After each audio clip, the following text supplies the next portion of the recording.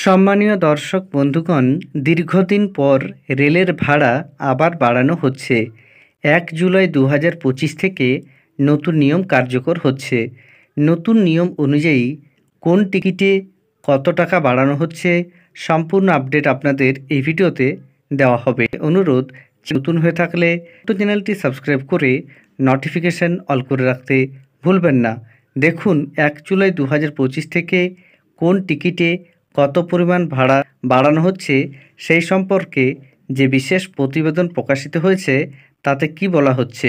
ট্রেনে ভাড়া বাড়াচ্ছে রেল, যাত্রীদের কত টাকা বেশি দিতে হবে জানুন।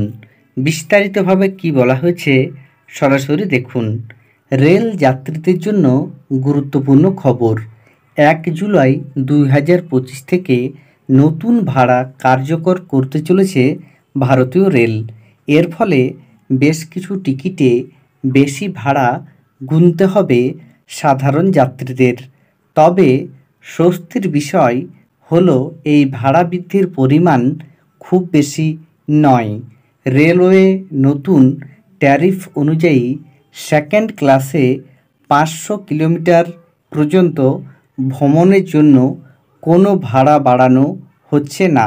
তবে ৫০০ কিলোমিটারের বেশি সফর করলে প্রতি কিলোমিটারে হাফ পয়সা করে অতিরিক্ত ভাড়া লাগবে। এছাড়াও মেল এক্সপ্রেস ট্রেনে অর্থাৎ নন এসি কোচের যাত্রীদের ১ জুলাই থেকে প্রতি কিলোমিটারে ১ পয়সা বেশি দিতে হবে।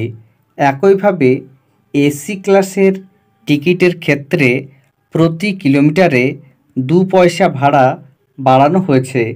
অন্যদিকে শহরতলির ট্রেনের ভাড়ায় কোনো পরিবর্তন আনা হয়নি।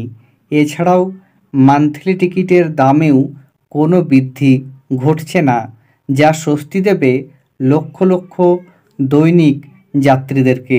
তাহলে বুঝতে পারছেন, ভাড়া বৃদ্ধি হচ্ছে ঠিকই, কিন্তু তা খুবই কম এবং ১ জুলাই ২০২৫ থেকে এই নতুন ভাড়া বৃদ্ধি কার্যকর হচ্ছে। ধন্যবাদ।